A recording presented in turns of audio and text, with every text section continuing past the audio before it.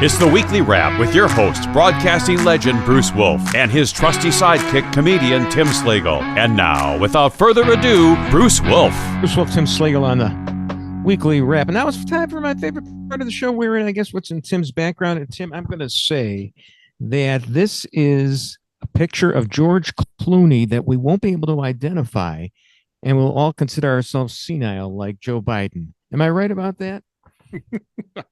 I'm not sure I get that, but I'll explain it to you. Yeah, okay. No, it's the obvious story of the week. Oh, sure. The plane. Yeah. We'll get to that. Well, let me really quickly explain it. So, there's the whole story that Clooney got upset with Biden. Remember that big fundraiser? We talked about it. Sure. Gigantic fundraiser that Biden was at, that Obama had to escort him off the stage for. And by the way, I remember Brit Hume at the time. And, he's a Fox guy. I mean, he's kind of objective, but he said that Obama did no favors for Biden by escorting him off the stage because it made him look senile, when in fact Biden might just have wanted to soak in all the adulation that he was getting at that point. So that was a benign view, even at that point, of Joe Biden by a Fox employee. Sure. George Clooney, before the whole thing, had and he's the guy who organized the whole fundraiser, and he'd flown in from overseas, and dadgummit, I mean, he's George Clooney. He's famous, and Biden should recognize him. And Biden apparently could not recognize him. And now I've heard actually defenses of Biden on this. One, that Clooney had a white beard at the time, and he wasn't really that recognizable to begin with. And have you seen George Clooney lately? Yeah, he looks like gaunt now, and he's got black hair. He's got shoe polish, Reaganite shoe polish in his hair, I think. Yeah. So he doesn't even look like. Well, that's the one where he's with Biden. Borrow from Greg Gutfeld, he looks like Madame Tussauds version of him. So there you go. But and then I totally forget the other reason that George Clooney should be unrecognizable. But then there's all this stuff about in the Jake Tapper book. Well, yeah. The other thing was that one of the witnesses to this whole thing where Clooney supposedly wasn't recognizable said, no, he recognized him. So, all right, whatever. I mean, we got to take everybody's depositions and this and that. They're hitting on Biden because he doesn't remember names. Like Jake Sullivan apparently said just the other day, or maybe today, he said that Biden, to him, he seemed as, with it as ever. But there are people who say that there was like a big meeting, cabinet or otherwise, where Jake Sullivan was called Steve by Biden. Now, in defense of Biden, again, I don't know about you, but I'm not that great with names like I used to be. Okay, now maybe I shouldn't be the president either, but I remember my doctor once telling me that, going back to almost prehistoric times, when, man was just surfaced on the earth, we didn't really need, as a defense thing, to remember names, because before there was any writing, there weren't really names. There were just, a bunch of grunts and everything to recognize people.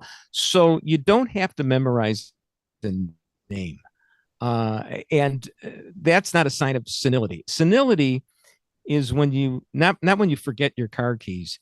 It's when you're looking for your car keys and you find them in the refrigerator. We don't know if Biden was at that point. Now, let me just to ask you, Tim, because you were watching all this,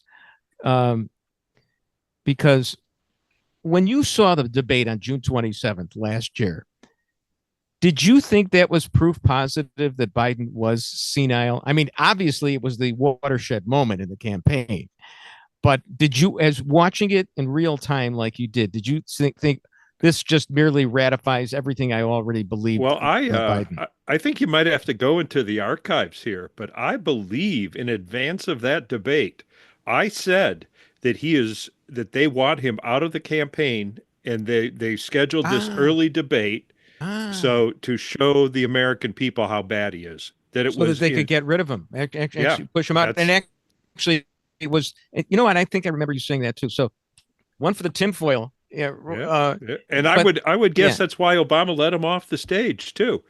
He might not even have needed it, but Obama, being a shrewd politician, said, I'll make him look doddering, and yeah, went up and put his arm around him and treated him like a lost grandpa. And he yeah. might have been fine. He might have been saying, "Get your dang filthy hands off me, you dang dirty president." You know, he might You have. articulate black fellow. You I clean, remember saying that articulate about you. fellow. Maybe at that point, Obama's debating with himself. Do I usher him off the stage or do I just push him off?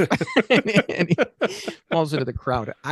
Yeah, but look, when I watched the debate in real time, I thought he was real bad in the first half. But actually, I thought he was okay in the second half. The drugs might have kicked in. I don't know.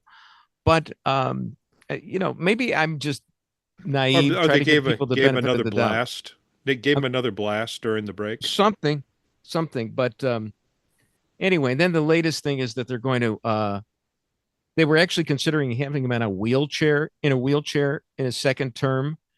Now I've seen video of him riding a bike recently. So Riding, or being ridden. I don't know, but and anyway, it's all part of Jake Tapper's. if it's if it's video and it's pre-planned, I saw a film where Kermit the Frog rode on a bike. All right, there you go. So, And you know what they do with AI nowadays, right? well, no, So I mean, theoretically, could have done the same thing. They could have tied his feet to the pedals and been pushing it with a truck off camera. yeah. Here's the thing. Wouldn't it have been something had he served a second term in a wheelchair and the Democrats were embarrassed about this when the Democrats are all about Americans for disability? You shouldn't be ashamed. Now, FDR, as you recall, he was in a wheelchair his entire he went into a fourth term, but he hid the whole thing, didn't hide the cigarette. Then when they did the memorial, of course, he didn't have the cigarette, but they displayed the wheelchair. That's how the culture changed. If I'm not mistaken, the wheelchair was just essentially like a desk chair. It wasn't, it wasn't what you think of as a wheelchair Okay. with the big wheels that you can push with your hands. It was Sure. just, it was a chair with casters on the bottom. All right. Oh, well, enough. Why are we talking about the last president? Why don't we talk about the next president or the current one, who is probably going to be impeached if the Democrats get control of the House in 26 because of the picture behind you of Qatar 1 that they've given him $400 million. I love the Hillary Clinton tweet. It was just fantastic. She said, you don't take a $400 million gift and they give something and they don't expect anything from you. And no one gives someone a $400 million jet for free without expecting anything in return. Be serious. And you know what? I had to check to make sure it was a blue check mark. I thought it was like a Hillary Clinton bot or something, or it's a parody account. I mean, the chutzpah of her. I mean, she's just upset because she had to skulk around to get her booty. And yeah, I know mentioning booty in a comment about Hillary Clinton is a little gross. Yeah, I get that. But I mean, who should be more embarrassed, Trump for taking the plane or Hillary for calling him on it? But anyway, your view on the plane. Well, I understand that Qatar couldn't get rid of it. That nobody wanted it. That they've been trying to, the royal family's been trying to get, because it's a 747, which is, so last century. And B, it's costing them a lot of money on upkeep and maintenance. And so basically they should have brought it over to Burt Weinman Ford at 3535 North Ashland Avenue, the sponsor of the Bruce and Tim podcast. And, we've got this 747. Hey, list price, sticker price, $400 million, but we'll give it to you. Radio heater, white walls, maybe a bomb on it to blow up the president. Yeah, look what they're going to have to do. They're going to have to refit the whole thing if it's going to be secure. That's you can't just take. I mean, that's your flying White House. Well, you don't think you don't think the royal family has security in it? You don't think you don't think the royal family doesn't have like Well, look, a all I can say is, I know I wasn't born. Wasn't born yesterday, maybe the day before yesterday, but this is a state sponsor of terrorism that we're going buddy buddy with, and I know it's all about making the deals, yeah. And by the way, that whole Middle East trip, I mean, I don't know what, and I've listened to all the experts. All I can, that I base my opinion on what the experts say because I don't have an original thought in my head. what the experts tweet, to be Yeah, exact. right. And even their tweet, I can't even read further the tweets. So, like Noah Rothman, formerly of Commentary Podcast, now National Review, he's the neoconist of the neocons. He actually was delighted with the overtures to Syria now. I mean, mind you, they're not nice guys either, but it's possible that Syria could be pulled away from the Iranian-Russian orbit or sphere, and that could constitute a sea change. So that's optimistic. Another thing is that Trump, as we speak right now, I don't know how things will be, once people listen or view this, said he was close to a deal with Iran, but he's been close before. He really didn't wind up getting. You can't really trust the Iranians, obviously, because they like to play Dean Smith's four-corner offense and run out the clock. And time is on the side of the Iranians. So your view of the whole Middle East, we've got 20 seconds to wrap it up before the next segment. Yeah, We got to do something.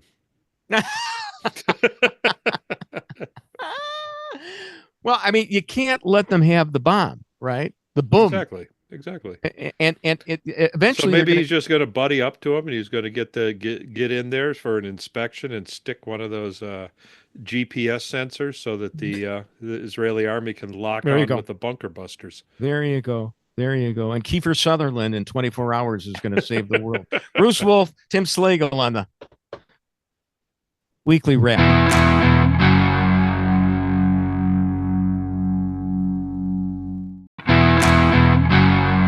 Bruce Wolf, Tim Slagle on the Weekly Wrap.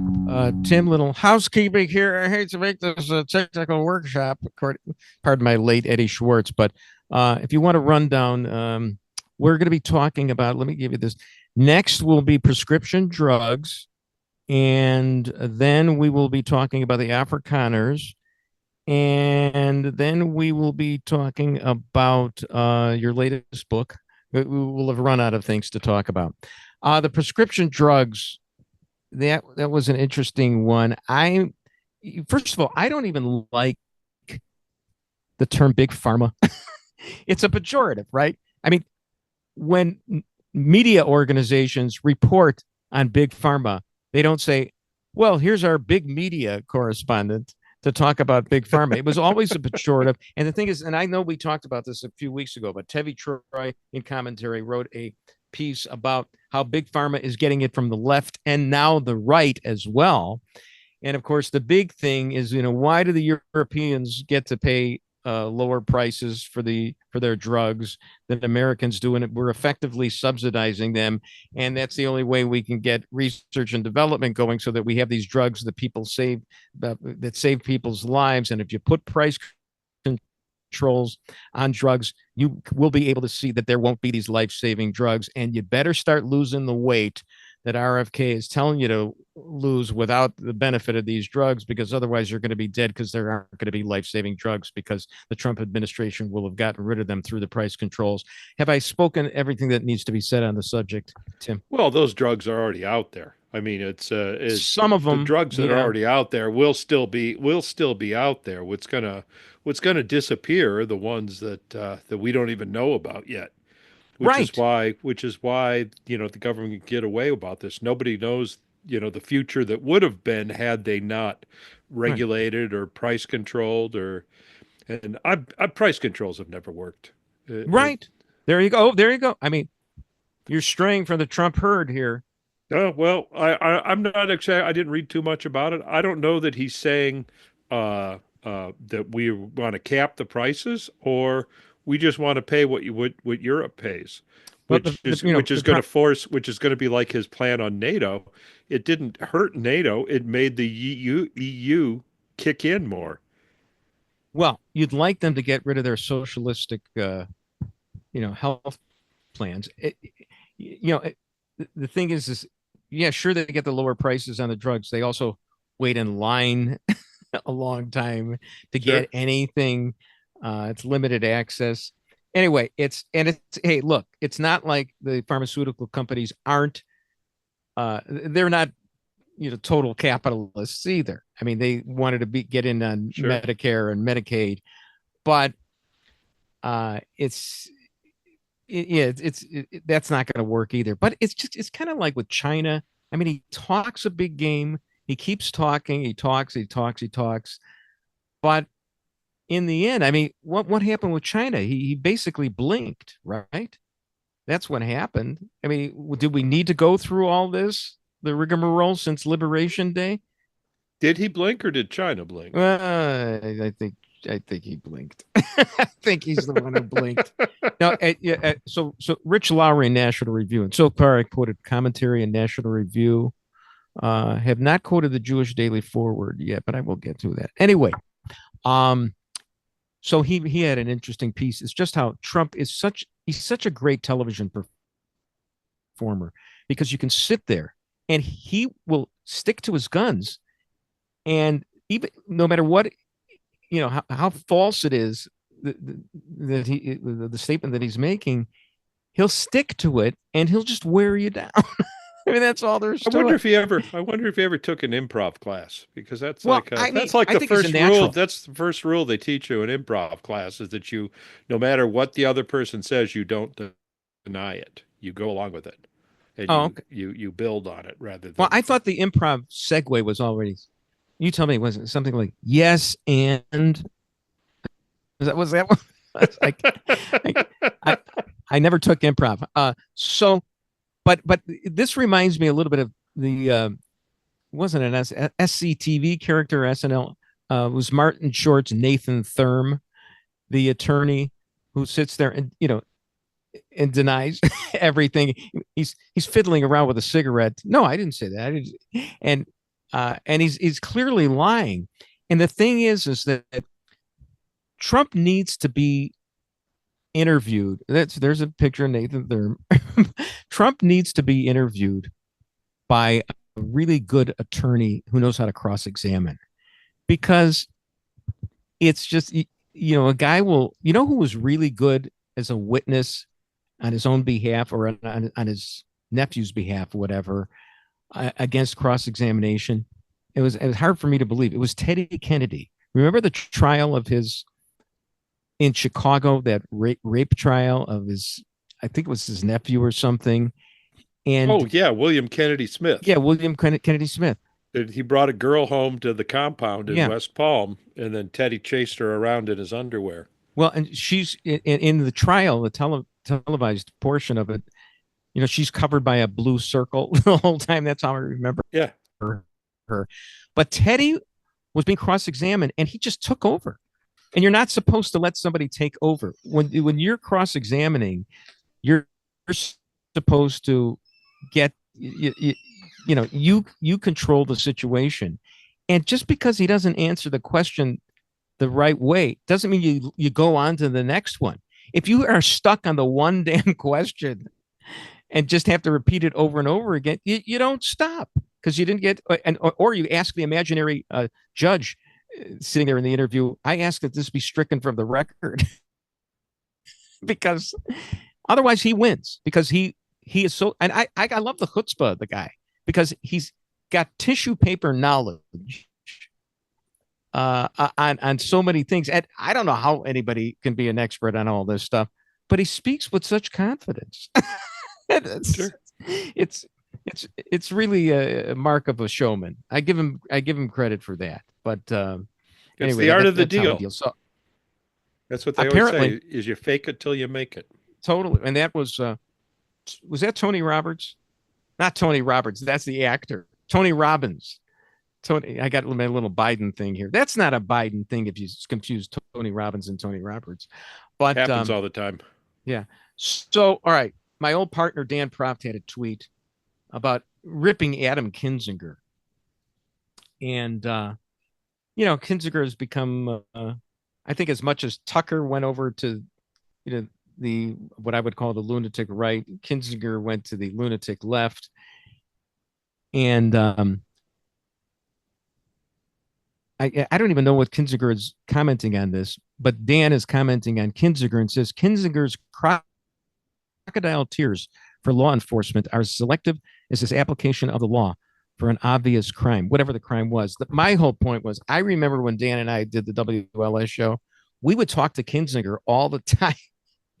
And every time, because, he was a conservative and he was this Air Force veteran, and Dan, I think he even got his flying license. So, he was not quite tumescent for Adam Kinzinger, but I could understand the admiration for Kinzinger at that time.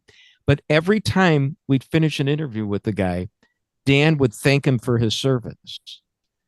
And I kind of felt like Larry David on that one. Did you ever see the Curb Your Enthusiasm episode where they're all standing around next to a vet and everybody thanks the veteran for his service when they leave, but Larry just doesn't. He doesn't. And my feeling was, do we have to thank Adam Kinzinger every time we talk to him? We should have held something in reserve just in case he turned on us years later. Okay. See, now I'm the one who looks good for not having thanked Adam Kinzinger every time for his service back then. I mean, it is a little awkward though to do that. He took over Joe Walsh's district, right? Didn't they I think they gerrymandered Joe Walsh out, but then Adam Kinzinger kind of the same. Didn't he get gerrymandered too? I mean, that why he left? I don't know. Anyway, that was a lot of fun.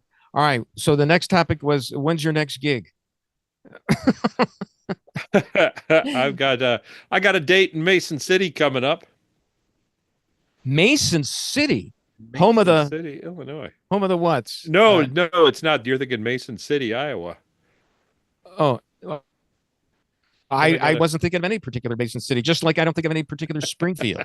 It's just like a generic Simpsons Springfield. It's generic Shelbyville. Shelbyville. All right. Well, when you think of the, that's where your next gig is. All right. When we come back, I promise we're going to be talking about the Pope a little bit more, but mainly the view by those wonderful progressives at 670 The Scoros, Chicago's progressive sports station, and many other things. Bruce Wolf, Tim Slagle on the Weekly Wrap.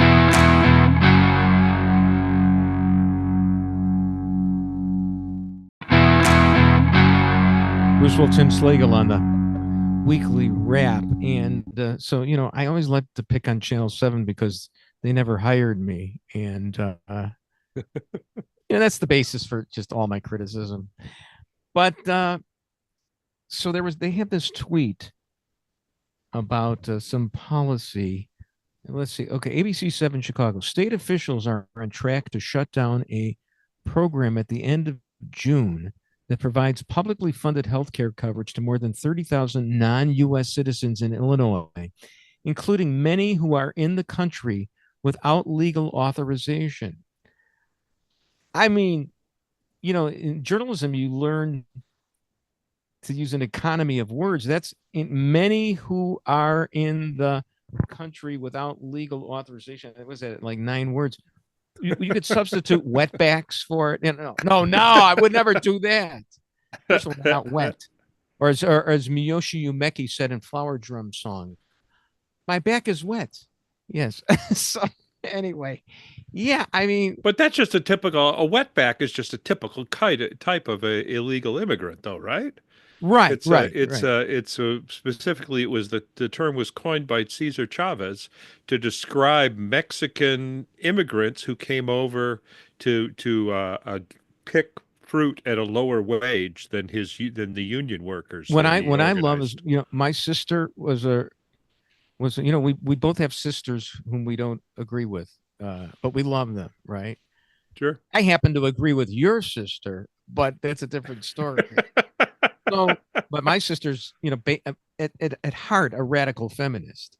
I mean, she's a plaintiff's attorney, employment attorney in Missouri now. When she was growing up, I mean, the rage was boycott grapes, and she had a Yeah. sticker on our car, which nobody authorized it because we were sharing the car at the time, I believe. To boycott grapes because that's what Cesar Chavez wanted. He was against Mexicans coming over the border Wetbacks. and lowering the wages. He called them wetbacks. I remember at University of Michigan, that the labor union, the union went on strike, and there was still, and they sent around a poll whether or not the cafeteria, they should stop buying non-union produce from California. Right. And I remember it passed, as people kind of said, we kind of like salad. So, well, then it was boycott lettuce as well. It was grapes. Yeah, and lettuce. And I still remember that I was enjoying my salad one evening, and there was a huge bug in it, and I still wonder if somebody who was a little upset that the boycott did not pass at the University of Michigan dorm put bugs in there purposely. And by bugs, you mean what CBS did to the Republican convention in 1952. Walter Cronkite, damn him, bugging the convention. It was a microphone, yes. Oh, yeah. All right. So, all right, here's a tweet from Beverly Pacala. I'm not sure. I think she's some kind of journalist. But it is fair warning. This isn't parody.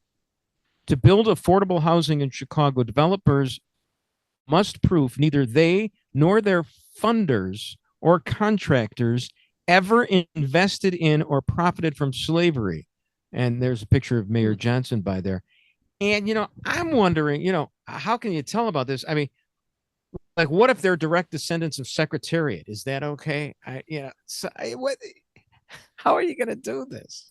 Direct descendants of Secretariat. Secretariat, everybody, all the horses in the Derby were direct descendants of Secretariat. That's about the only lineage, other than horses. How are you going to go back 200 years? Well, do you have to go back that far?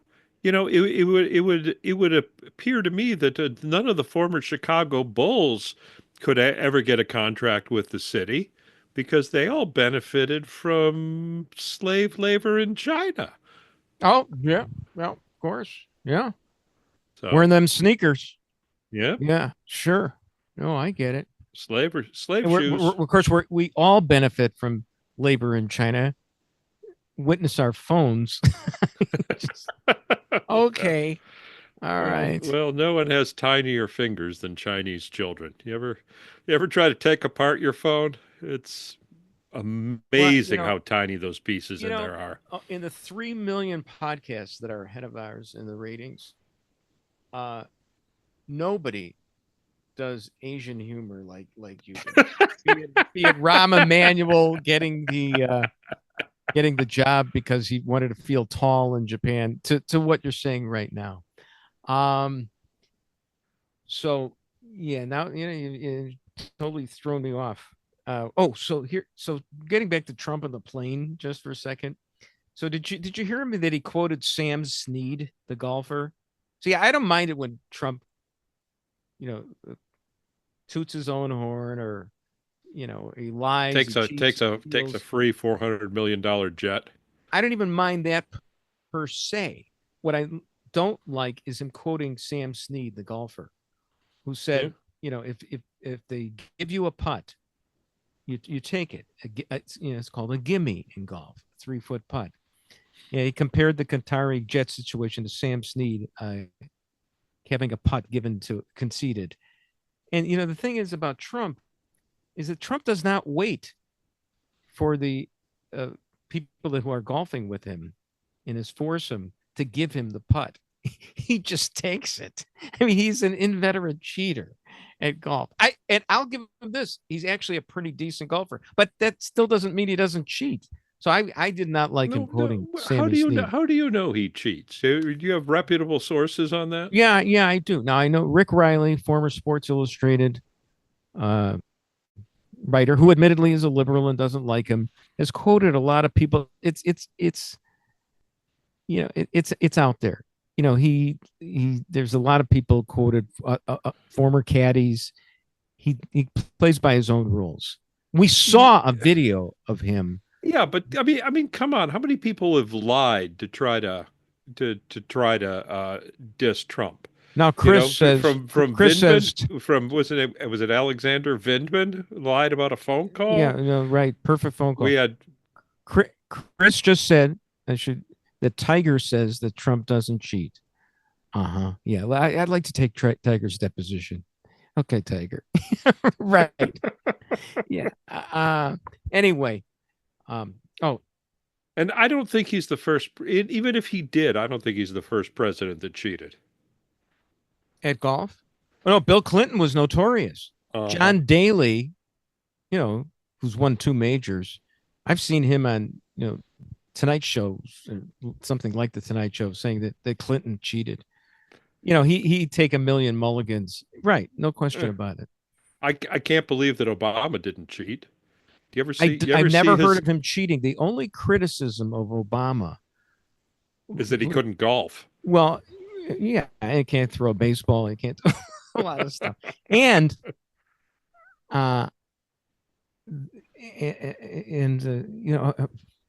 has really skinny legs apparently, which is why he wears the mom jeans. I think I'm not sure. Which is the criticism. Michael Jordan was the guy who brought in the baggy pants, the baggy shorts, because the NBA, they used to wear these tight shorts. And I think Michael Jordan was the one who introduced the baggy shorts. And I think he did that, if I recall. And even if I don't recall correctly, it's a podcast. Let's go with it. That he did it because he wanted to cover up his skinny legs. Yeah, it's a possibility. Apropos of nothing, because we'll never get to this. I sent you this tweet, Chris, from Awful Announcing, and I couldn't believe it. It is about a podcast that women are doing about sports. It's all women. And tell me if this strikes you. Read it de novo right now, Tim. Female-led sports show called Vibe Check, coming exclusively to Disney Plus in June. Vibe Check? I mean, they must have inserted vibe into a female show with at least their tongue in the cheek. In the cheek. Tongue in cheek. The cheek. Yeah. Vibe Check for women. I mean, it's they got to be having fun with it. Otherwise, I'm just naive and think that they didn't deliberately do that. But whatever. Just Bruce, wanted to mention that. Yes. Gen Z millennials use vibe all the time now as talking about a situation. The vibe, it's a very common word used. So it's very boomer-ish to see something salacious. Yes. In the use of vibe. Yeah. Yeah. I was kind of thinking the same thing. Yeah. Yeah. Yeah. You might as well be mocking people about their pronouns, Bruce. Okay. That's why I'm irrelevant. Okay. So now that we took that, we veered off the planet on that one. Okay, let's go to more sports talk right now. So, I had problems with 670 the Scoros and how they Mike Mulligan, who I normally like, was starting to praise the Pope for being a Sox fan. It was fun, good stuff. And then he had to add in that the Pope was progressive. Okay, because just got to turn the screw that way. And the thing is that I remember Mike Mulligan a couple of years ago, speaking of Rahm, that they had Rahm on to talk about a tennis tournament that it was in the city of Chicago. And they genuflected to Rahm. Rahm, who you may know, Tim, was basically Former ambassador to Japan. Yeah, and the reason he was there was because he couldn't be the 3-time mayor of the city of Chicago because of the Laquan McDonald slaughter. Okay, but now here's a guy, a sports radio guy, who genuflected to Rahm, who was involved in the cover-up of the slaughter of Laquan McDonald, showing his progressive cred over the Pope, who, by the way, is not all that progressive. He apparently is a big supporter of Netanyahu and Israel. Yeah, not as, and you know, I don't think he's too keen on abortion or gay marriage either. Bruce Wolf, Tim Slagle on the Weekly Wrap.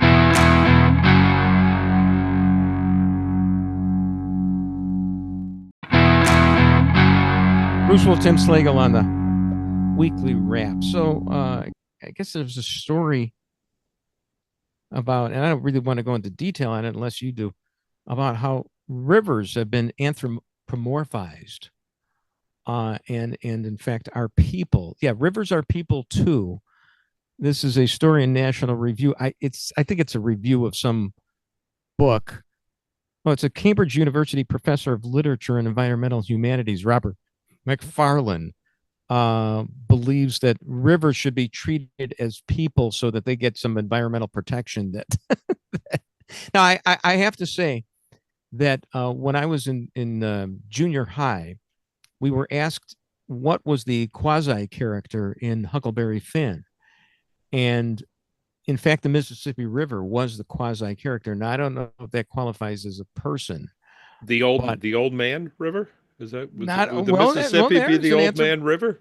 Old Man River. There you go. So there's another vote for rivers as people. Now, I was wondering if rivers are people, and you know we want them to have environmental protection. Are we allowed to abort rivers? So now isn't that what you do with a dam? Well, yes, and as a matter of fact, got a nice tweet from a Barry Feldman, I think it is. Do you have that one?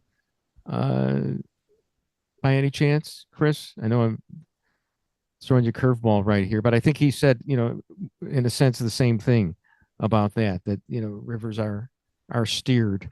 Well, when you started talking about this, I Googled rivers are people.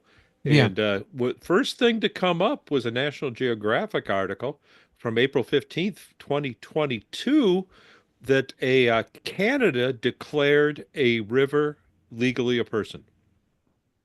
There you go. It's the Magpie River, known to whitewater rafters from around the globe.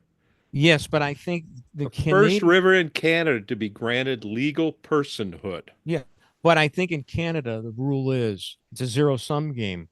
For every river that is declared a person is then dehumanized. And I don't believe, like, for example, Tim Horton is considered a human being anymore. Tim Horton Donuts, formerly with the Toronto Maple Leafs. He's just like maybe a legend, an entity, you know, a corporation. Is Tim Horton still alive? Don't know. Good old number 7. I kind of doubt it. All I know is that the parody or the homage to Tim Horton was, of course, Stan Mikita Donuts in the Wayne's World movies. And Stan Mikita, of course, is no longer with us. So I got to think that Tim Horton isn't either. So what do you think of Pete Rose possibly getting elected? Well, he's now eligible for the Hall of Fame. By the way, Tim Horton died in 1974. So we're, oh my goodness. That wasn't much after his career ended. Yeah, I remember Tim Horton playing in the late 60s at least. So yeah, what do you think of Pete Rose, who just died? And about a year ago. So he was 44 when he died? Tim Horton was 44 years old. I mean, you know, those guys didn't play with helmets. Does not bespeak well of his donuts. Or, you know, hockey safety protocols. So what do you think? What do you think of Pete Rose? Speaking of a guy who his head at risk. So what's the story now that So he now was that you can reinstated. now that everyone can bet on baseball? It's Yeah, well, you know what? And I read this really good piece by the attorney Dan Laughlin, I want to say his name is. He thinks this is all because Major League Baseball, like Disney, like everybody else, starting to kowtow to Trump.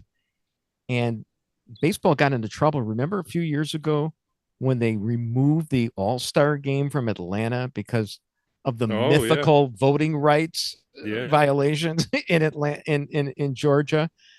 So they felt really bad about that. Now, if I remember right, they moved it to Colorado. Yeah. Where they've always had voter ID requirement. Whatever. The thing is that Colorado doesn't have any black people you can discriminate against. Probably. That's what I'm thinking of. So that there may have been a political motivation for this. Let's see what Chris has to say. Just to put a bow tie on Tim Horton. He died at age 44. I missed that, Chris. Following what? I missed it. A vehicle crash in which drugs and alcohol were involved. Oh my goodness. Well, yeah. So I mean, that was the thing before Denny's. That was the thing after the bar is you'd go out for coffee and a donut. Okay. So that's how Keith Magnuson. Let's Alex. I'll take hockey players who died in alcohol-fueled accidents for 500. Keith Magnuson, great guy, defenseman for the Blackhawks, of course, good old number 3. He died after going to a funeral. That's really bad. And I think there may have been alcohol involved in that as well. Irish funeral? I'm sorry? If it was an Irish funeral. Oh, okay. Bruce, I think you'd agree. No athletes party like hockey players. I mean, they are elite level partiers. Hockey players notoriously, first of all, nicest guys in the world. Accessible, great, the greatest guys in the world. I knew Stan Mikita. I ice skated with him. He ribbed me. I mean, it was great. One of the greats ever. And Magnuson. Actually, I would throw in that there's probably one sports career that actually parties harder than hockey players, and that's rugby players. Oh, there you go. Okay. But I mean, I and as you know, I mean, I love Bobby Hull. I mean, Bobby Hull was an anti-Semitic, wife-beating drunk, and I still love Bobby Hull. Wow. Because I saw him with my dad. Oh yeah. Anyway, Pete Rose is eligible for the Hall of Fame now.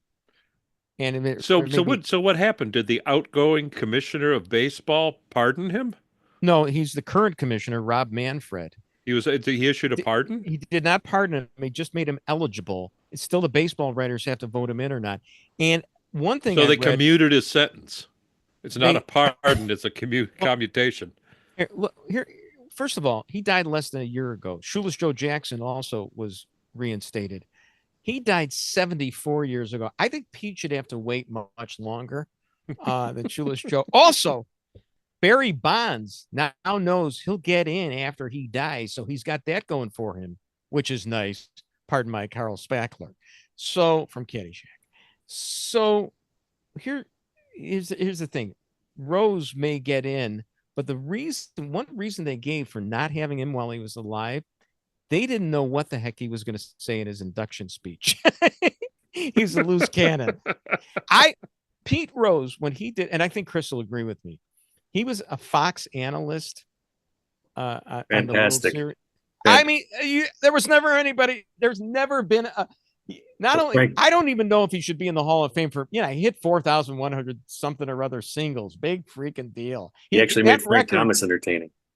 That record, by the way, nobody paid attention to until he promoted himself and said, I'm about to break this record. What record? I mean, like, is it home runs like Babe Ruth or Hank Aaron? No. Is it consecutive game streak like Joe DiMaggio? No, it's singles. Okay, well, you know what? Okay, fine. He was a great player, played for like 23 seasons. He should be in the Hall of Fame for those reasons. They were afraid about, but it's more than that.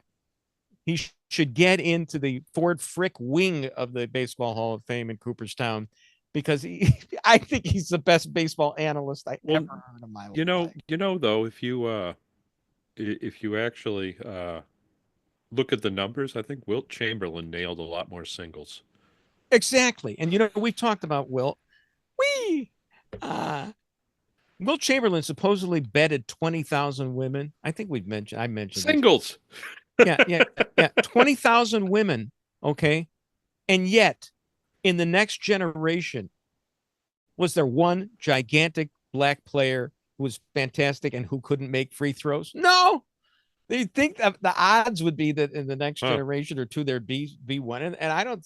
I mean, Secretariat had all 19 entries in the Kentucky Derby. Oh well, yes. Okay, Chris is saying Shaq. I mean, if you think Shaq is a descendant of Wilt Chamberlain, okay, fine. Let's see the DNA. Nobody couldn't make free throws.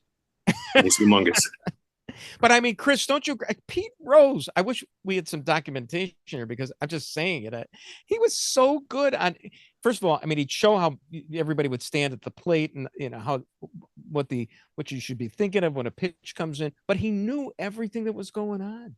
He was unbelievable. And he only did it for like a couple seasons, though. He was funny. On top of that, he was funny, hilarious, and so he was fun. He had everything going for, and he looked a lot like he could be Jimmy Connor's father. You talk about the descendants. Did he? Jimmy Connor's the tennis player, if you remember. But think about it, huh? Am I right? Am I right? Okay, Michael Jordan. It's actually too bad he's not still alive because he would be a great commentator on like Barstool Sports. Totally. What a podcast that would be! A gambling tips with Pete Rose. No, Pete Rose was as good as we get. Okay, real briefly. I mean, let's take a look. So Nancy Faust, whom I love, former White Sox organist, they brought her back after 15 years. The White Sox are in such bad shape that they needed organ donors. That's how bad. Nancy Faust playing the organ came back last week, and this guy Joe Ruffalo, was praising her, saying, okay, Tim Elko blasts his first major league hit, a go-ahead 3-run homer off Cy Young Award winner Sandy Alcantara. As organist Nancy Faust plays Na Na Na, Hey Hey, Kiss Him Goodbye. That's her signature piece. And then Nancy responded to that by criticizing herself. Okay, it was hysterical. She said it was she said that called for Feels Like the First Time. So she picked the wrong song. The organist is giving yourself one lash. Hysterical. I mean, That's kind of like that Seinfeld episode where George wishes that he had a better comeback. And then spent a week obsessing the jerk store about it. Called, and they ran out of no, absolutely. Bruce Wolf, Tim Slagle on the Weekly Wrap. And that's the Weekly Wrap on radio and television. Follow Bruce at Bruce Wolf Shy on Twitter and Tim at timslagle.com. The Weekly Wrap with Bruce Wolf, a CP Pods production.